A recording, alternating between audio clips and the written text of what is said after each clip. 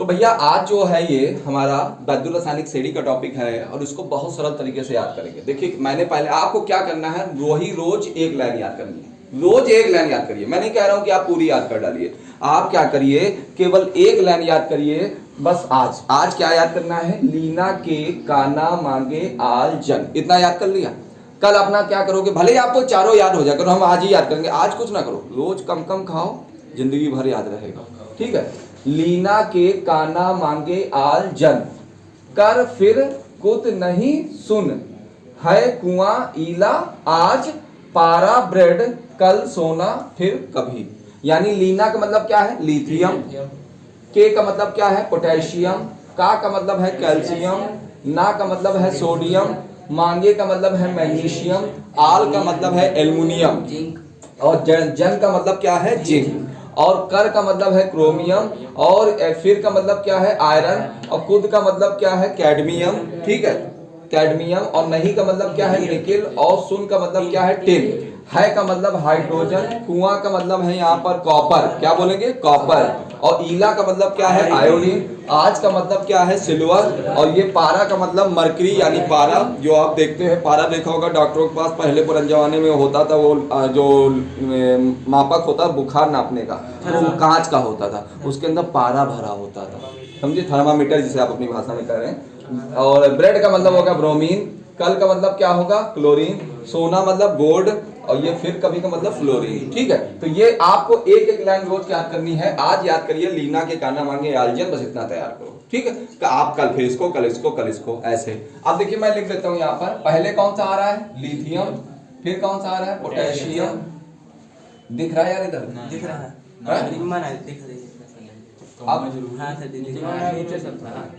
अब दिख रहा ये सर है, हाँ आ रहा थोड़ा नीचे करिए। यहाँ lithium, potassium, calcium, sodium, magnesium. फिर क्या है, एल्युमिनियम। फिर क्या है, जिंक। भैया सीधे लिखते चले जा रहे, कोई बहुत बड़ा चमत्कार नहीं कर रहे हैं। ठीक है, हाँ, क्रोमियम, आयरन। नीचे भी देखे थे ना, ये हो गया कैडमियम, ये हो गया निकेल, ये हो गया टिन, और ये हो गया हाइड्रोजन, ये हो गया कॉपर। नीचे दिख रहा, आयोडीन। और फिर क्या है, सिल्वर। यहाँ तक दिखा, ठीक है। इसके बाद ये भी क्या करोगे, इसी के नीचे लिखोगे। ठीक, अब जगह नहीं है, ठीक, तो ध्यान रखिएगा। आप क्या करोगे, मैं यहाँ लिख लेता हूँ, तब भी मैं आपके लिए इसको, ये शब्द कहाँ जाएंगे, ये भी नीचे जाएंगे। ठीक है, कोई बात नहीं, जगह नहीं है वो समझा दिए। HG, Br, AU और F, यानी इनको भी कहाँ लिख लिया, इसी के, इस Ag के नीचे लिख लिया। ठीक है, अब ध्यान रखिएगा, इसका जो इलेक्ट्रोड विभव होता है वो E बराबर होता है 0.000। ठीक है, कितना होता है, 0.000, इसका 0 होता है। धातु और जो अधातुएं हैं उनके मानक अपचयन विभव के मान जो होते हैं, ऊपर से नीचे जाने पर क्या होते हैं, बढ़ते हैं। क्या होते हैं, बढ़ते हैं। ठीक है, उनके जो बढ़ते हुए क्रम में रखे गए हैं उन्हीं को क्या कहते हैं, वैद्युत रासायनिक श्रेणी। हमने आपको बताया था, क्या बताया था, देखिए यहाँ पर ऊपर किससे शुरू होता, लिथियम से, बीच में कौन था, हाइड्रोजन, और फिर नीचे कौन था, फ्लोरीन। तो ऊपर से नीचे जब जाओगे तो इसका तो मान होता है 0.00, है ना, और इसका, और इधर ऊपर वाले माइनस होते हैं और नीचे क्या होते हैं, प्लस होते हैं।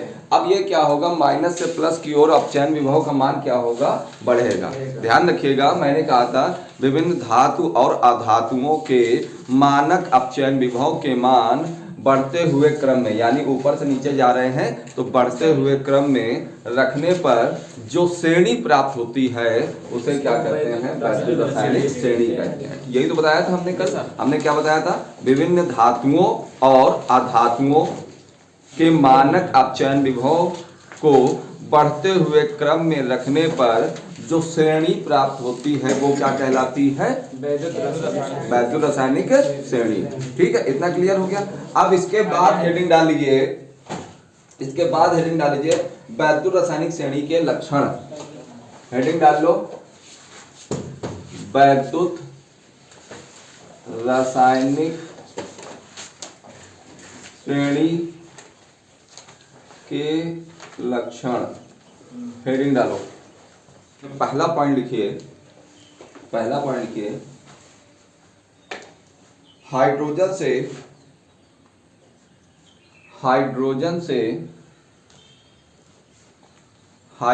से ऊपर के सभी तत्व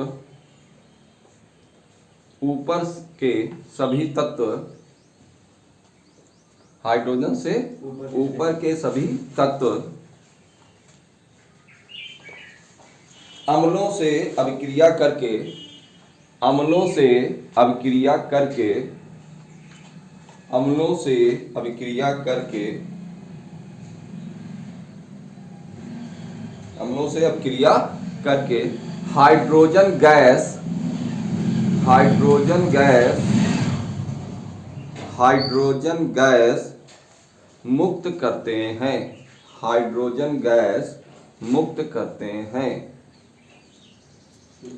हाइड्रोजन गैस मुक्त करते हैं।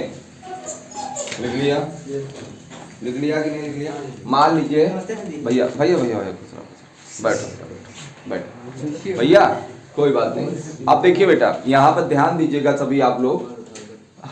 जरा वैद्युत रासायनिक श्रेणी जरा खोल लो 1 मिनट के लिए। पीछे जो लिखा था, कत्ती पीछे लिखे हो, हाँ खोल के देखो। उसमें हाइड्रोजन से ऊपर कहीं मैग्नीशियम मिल रहा आपको? मिल रहा। अब ये मैग्नीशियम क्या करेगा? अम्ल में बेटा ले लेते हैं HCl। अम्ल में क्या ले लिया? HCl। Mg क्या है? मैग्नीशियम है। Mg क्या है? मैग्नीशियम है। और ये क्या है? Hydrogen chloride. क्या है? Hydrogen chloride. और ये जैसे ही क्रिया करेगा, मैग्नीशियम की क्रिया हाइड्रोजन क्लोराइड, यानी मैग्नीशियम क्या है? हाइड्रोजन से ऊपर स्थित है। हाइड्रोजन से कहाँ स्थित है? ऊपर स्थित है। ठीक है। और ये क्या है? अम्ल है। हाइड्रोजन क्लोराइड क्या है? अम्ल है। जैसे ही अम्ल के साथ क्रिया करेगा तो ये मैग्नीशियम क्या करेगा? इस हाइड्रोजन को हटा देगा। क्यों हटा देगा? सब बस एक ही रीजन सब में काम करेगा कि ये वैद्युत रासायनिक श्रेणी में हाइड्रोजन से कहाँ है? ऊपर स्थित है। और ऊपर वाले जितने हैं वो नीचे वाले को क्या कर सकते हैं? हटा सकते हैं। भाई डीएम चाहे तो एसडीएम को हटा दे, तहसीलदार को हटा दे, ठीक है, और चाहे तो अभी स्कूल के प्रिंसिपल को हटा दे, मगर डीएम को हम नहीं हटा सकते। तो क्या नीचे वाला व्यक्ति ऊपर वाले को हटा सकता है? कि नीचे का जाए कोई वीडियो कह दे तुम आज से तुम फायर निकलो, ऐसा हो सकता है? नहीं हो सकता। ऊपर वाला चाहे तो नीचे वाले को हटा सकता है, उसके पास पावर है। तो यहाँ पर वही चीज लागू हो रही है कि मैग्नीशियम ने क्या किया?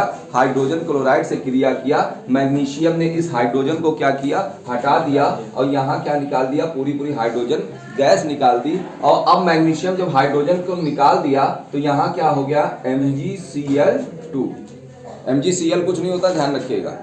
यहाँ क्या होगा? Magnesium chloride. क्या बनेगा? मैग्नीशियम क्लोराइड बनेगा। वो Mn होता है। ठीक है। अब ध्यान दीजिए, यहाँ क्या लगा दिया आपने? 2 लगा दिया, बैलेंस हो गया। यहाँ 2H है और यहाँ देखिए 2H है, 2Cl है, ये देखिए 2Cl है। ठीक, वो तो बैलेंस का हमारा बाद का मुद्दा है। मेरा कहने का मतलब है जो हाइड्रोजन से ऊपर है वो क्या करेंगे? हाइड्रोजन को हटा देंगे। और किसके रूप में हटा देंगे? हाइड्रोजन गैस के रूप में हटा देंगे।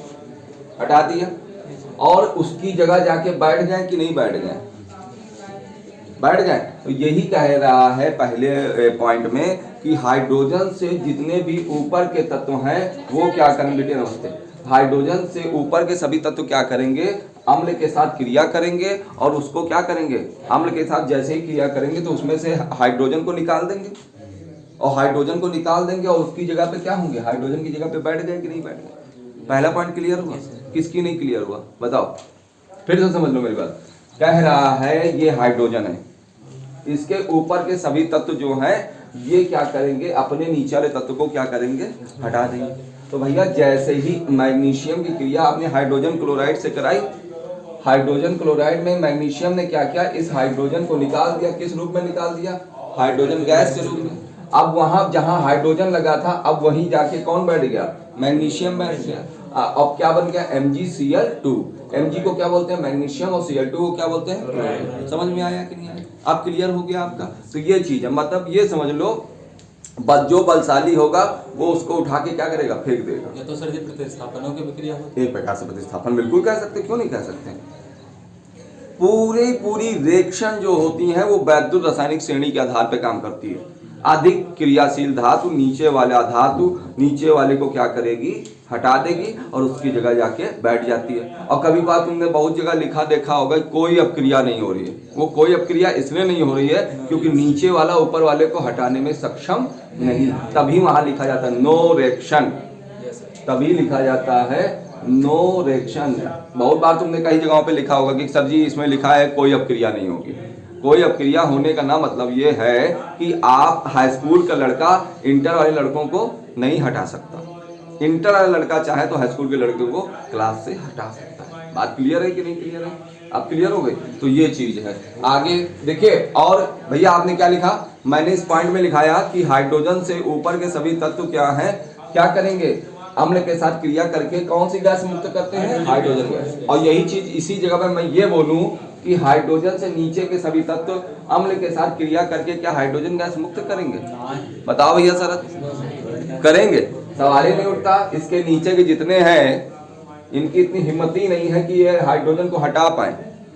भैया अगर हाइड्रोजन कमजोर है तो थोड़ा बलवान भी है, कुछ इनके नीचे भी है। तो दो जगह मार खाता है तो कुछ दिन इनको भी मारता है, पीट डाले तुम कहा छोड़ बनाए। ठीक है, अदाकारा है ये, समझ गए, पावर इसके पास भी थोड़ी बहुत है।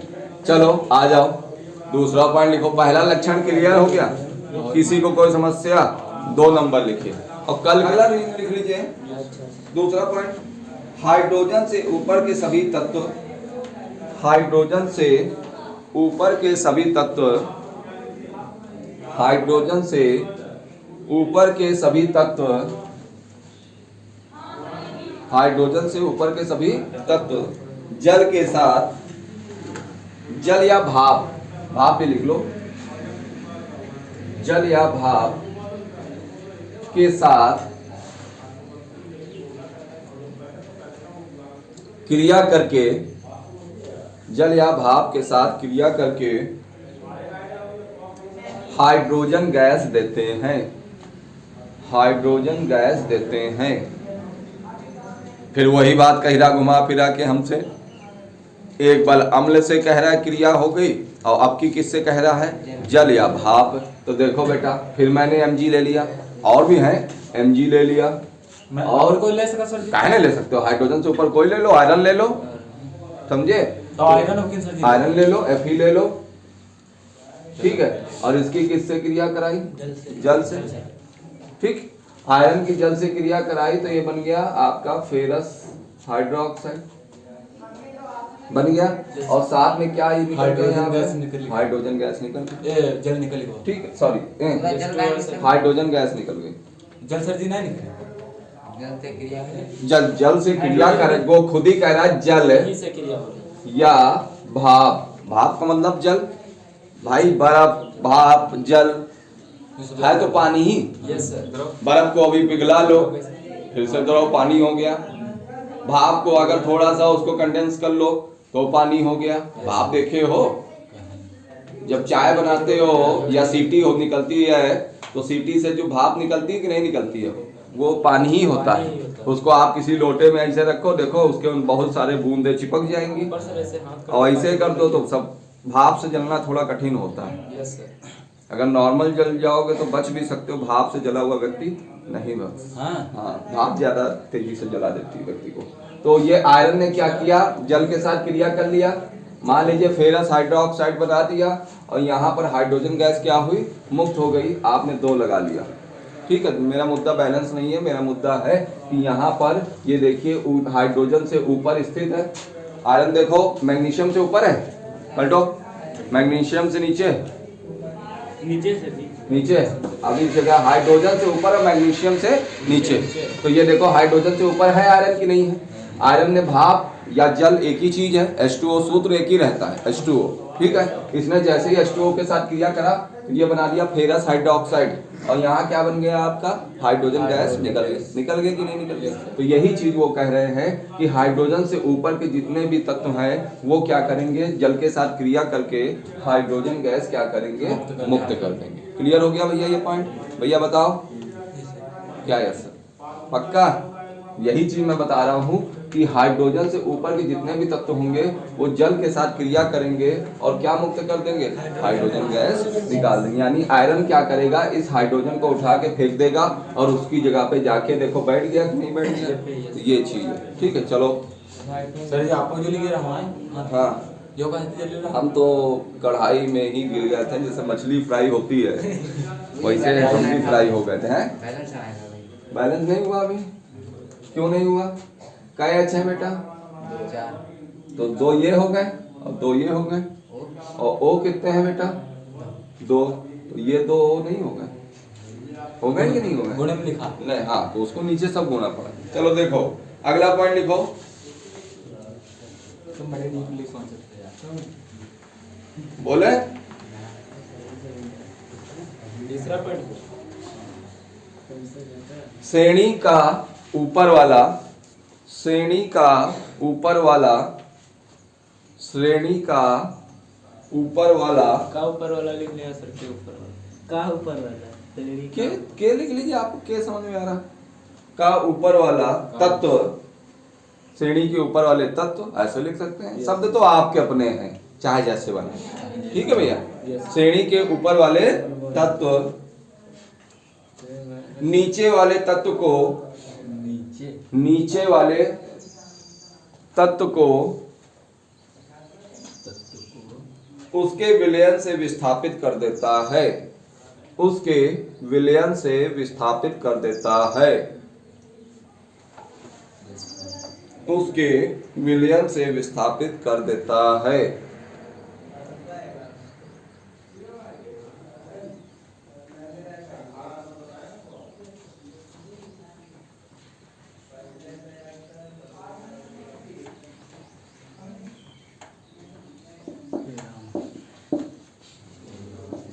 अगला लिखिए, आ जाओ लिखो अगला पॉइंट। श्रेणी में, अगला पॉइंट हाँ यहाँ बैठो, श्रेणी में अगला पॉइंट, चौथा पॉइंट बनाओ हटो रहा है भैया, बैठा लो। श्रेणी में ऊपर से नीचे की ओर जाने पर, श्रेणी में ऊपर से नीचे की ओर जाने पर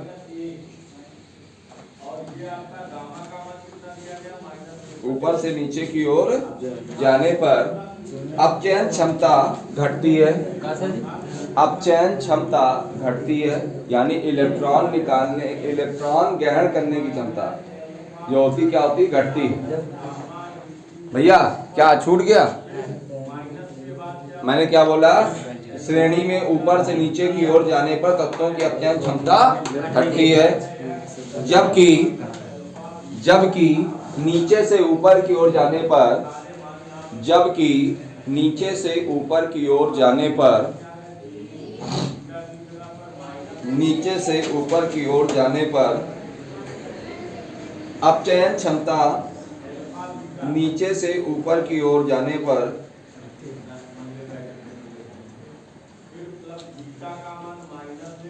ऊपर जाने पर अपचयन क्षमता बढ़ती है। 4 पॉइंट बहुत हैं, इससे ज्यादा कुछ नहीं लिखना है। आप समझिए यहाँ पर अब आप इसके उपयोग डाल लीजिए। क्या उपयोग है, काहे उपयोग कर रहे हैं ईसा की धातु रासायनिक श्रेणी के उपयोग?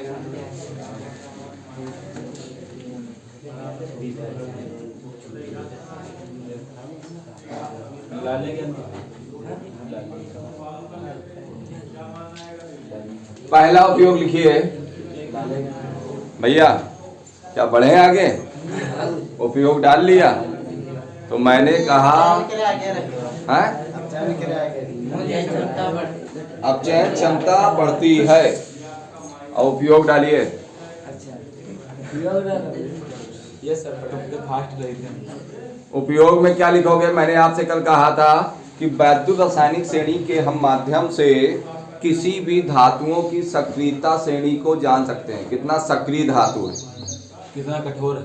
कठोर नहीं, कठोर से मतलब हमको नहीं है, यानी ऊपर बैठा है तो नीचे वाले को जल्दी हटाने की क्षमता रखता है, यही तो जानोगे। अब अगर तुमसे कहते हाइड्रोजन का जिक्र ना करें, आपने कहा कि आयरन नीचे है मैग्नीशियम ऊपर है, तो आपसे ये कहें कि मैग्नीशियम क्या करेगा, आयरन वाले को हटा देगा कि नहीं हटा देगा, तो है ज्यादा सक्रिय कि नहीं सक्रिय है। लिथियम उससे ज्यादा सक्रिय है, ये मैग्नीशियम को हटा सकता है कि नहीं। तो यही कारण मैं आपसे बता रहा हूँ कि इन धातु में सबसे सक्रिय धातु लिथियम है। ठीक है, मान लीजिए लिथियम है, मैंने सबसे ऊपर रखा, तो इस समय तो लिथियम और भी होंगे, ऐसा नहीं है, मगर वैद्युत रासायनिक श्रेणी के हिसाब से मैंने कुछ तत्व लिए। और भी तत्व होते हैं वैद्युत रासायनिक श्रेणी में, हाँ बहुत सारे होते हैं। अभी तो मैंने इतने सीमित कर दिए हैं, अभी हो सकता है तुमको किताब में कम मिले, मेरे ज्यादा हो।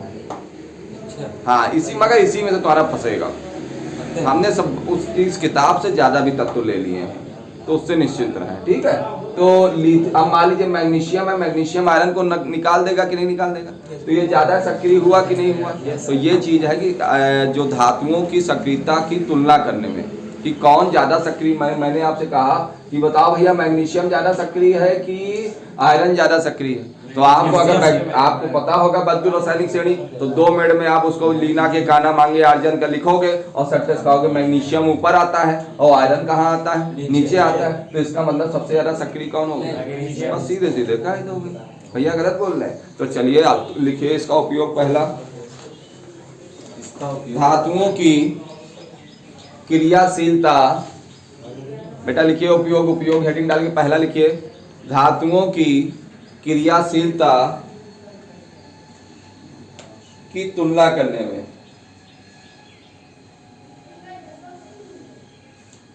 धातुओं की क्रियाशीलता की तुलना करने में। और एक और लिख लीजिए,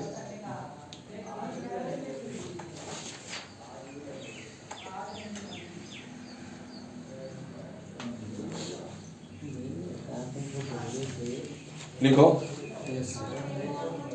किसी सेल के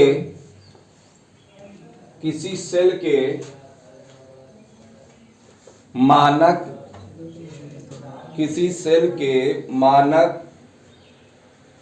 वैद्युत वाहक बल EMF, अभी बताएंगे इसको आगे चल के, इसका एक प्रूफ भी कराएंगे नेक्स्ट टाइम इक्वेशन का। परेशान ना हो, आगे कल ही आपको वो इक्वेशन मिल भी सकती है, कल परसों में, तो वो पूरा प्रूफ करना होगा हम लोगों को। चलिए आगे लिखिए, क्या लिखा, मानक वैद्युत वाहक बल का निर्धारण करने में। मानक वैद्युत वाहक बल का निर्धारण करने में, मानक वैद्युत वाहक बल का निर्धारण करने में। अब इतना क्लियर हो गया।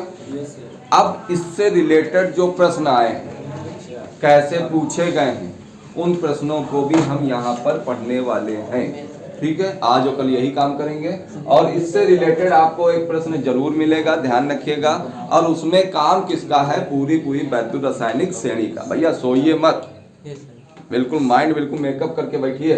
तो पहला प्रश्न आपके सामने है, सबसे गहन,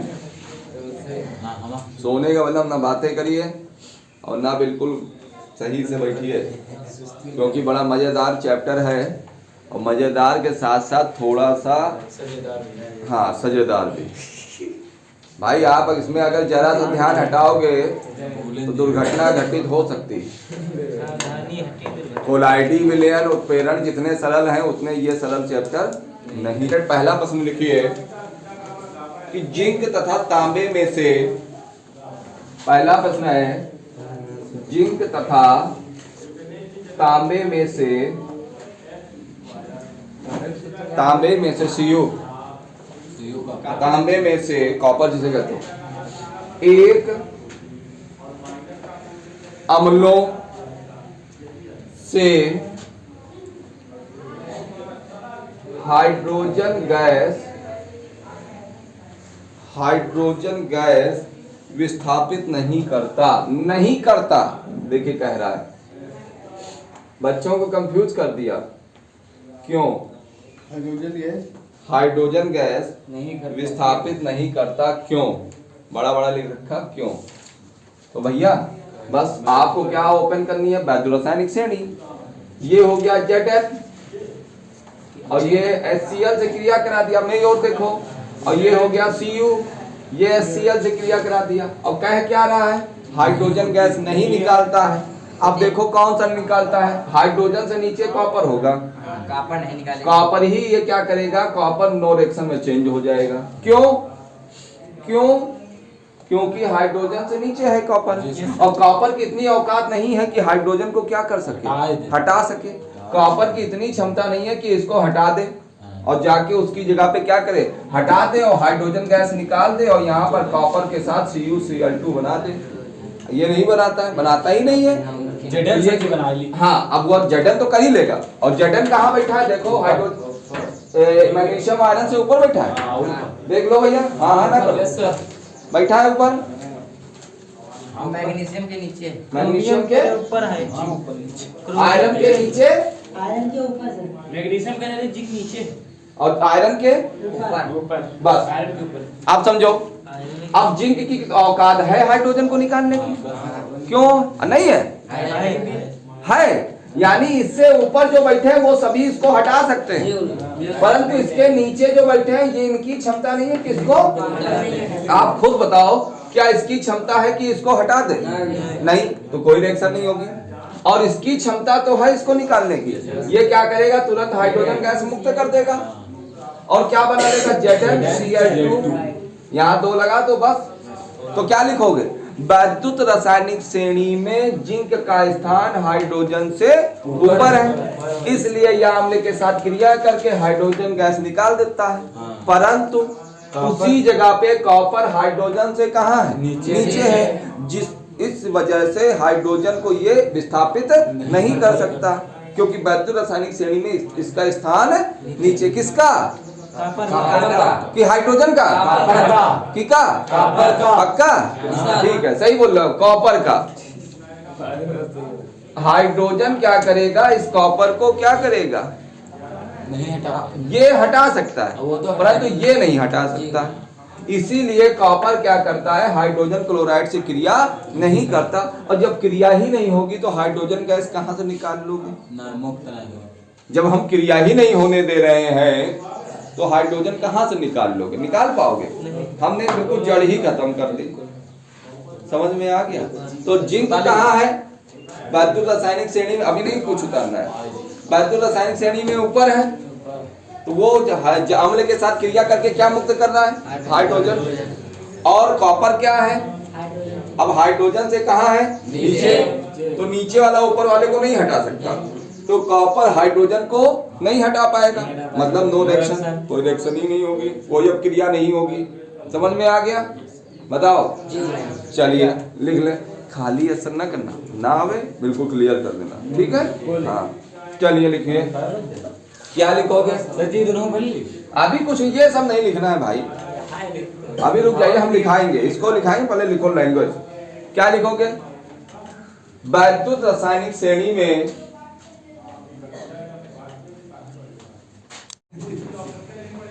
अगला क्वेश्चन लिखिए, विद्युत रासायनिक श्रेणी में एल्युमिनियम हाइड्रोजन से ऊपर है,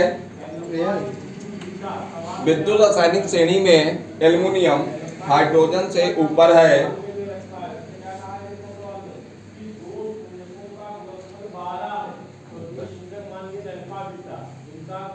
ऊपर है, किंतु यह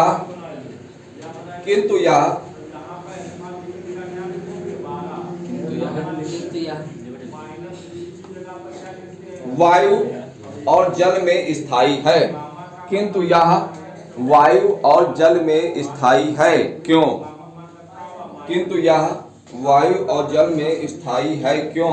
ये कह रहा है, क्या कह रहा है क्वेश्चन, कह रहा है कि वैद्युत रासायनिक श्रेणी में एल्युमिनियम हाइड्रोजन से कहाँ है, ऊपर है, देखो जरा ऊपर है, ऊपर स्थित है, किंतु वायु और जल के से स्थायी है, क्यों। इनका सीधे सीधे कहने मतलब है एल्युमिनियम में जंग क्यों नहीं लगती।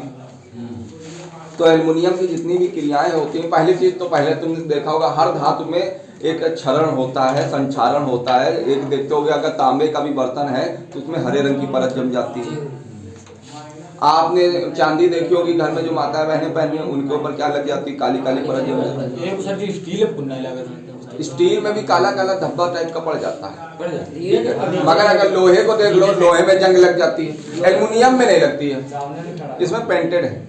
आप समझिए एल्युमिनियम में इसलिए नहीं लगती क्योंकि एल्युमिनियम की रक्षा कौन करता है, ऑक्सीजन।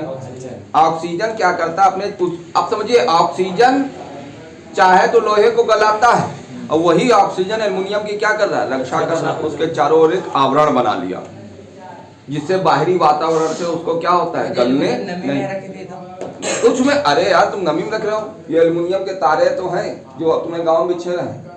अब तो मोटे मोटे केबल हो गए, पहले तार एल्युमिनियम के होते थे। वो एल्युमिनियम के तार देखे, नंगे तारों में कभी तुमने जाके देखी नहीं देखी, क्योंकि उसकी रक्षा खुद ऑक्सीजन कर रहा है। वो अन्य चीजों में उसका 11-12 के मतलब नहीं है, मतलब यहाँ पर है एल्युमिनियम में कभी जंग नहीं लगती। एल्युमिनियम क्या होते हैं हम पूछे, सब होते हैं, तुम खीसे काट दे तुमको मालूम है बात समझिए।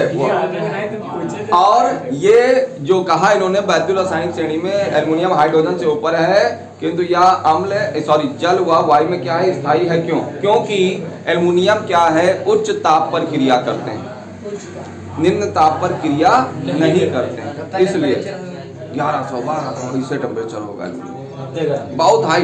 अरे एल्युमिनियम अभी सोचिए, एल्युमिनियम के तार इतने हाई टेम्परेचर पे भी काम करते हैं।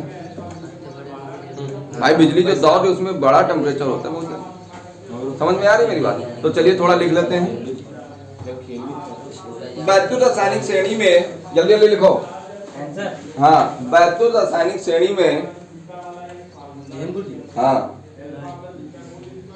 वैद्युत रासायनिक श्रेणी में आंसर है ये, एल्युमिनियम हाइड्रोजन से ऊपर, एल्युमिनियम हाइड्रोजन से ऊपर है,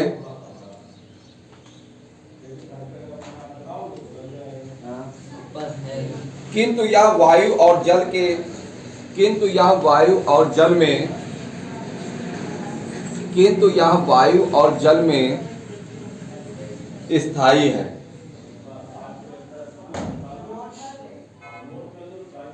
क्योंकि यह गर्म जल के साथ उच्च ताप पर क्रिया करता है, क्योंकि यह गर्म जल के साथ उच्च ताप पर क्रिया करता है।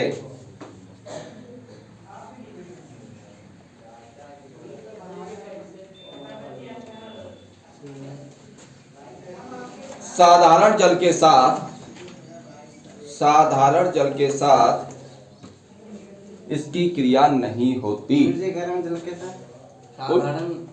उच्च ताप पर गर्म जल के साथ, उच्च ताप पर गर्म जल के साथ उच्च ताप पर क्रिया करता है, साधारण ताप पर यह क्रिया नहीं होती है। लिख लिया, कहानी खत्म हो गई। ठीक है।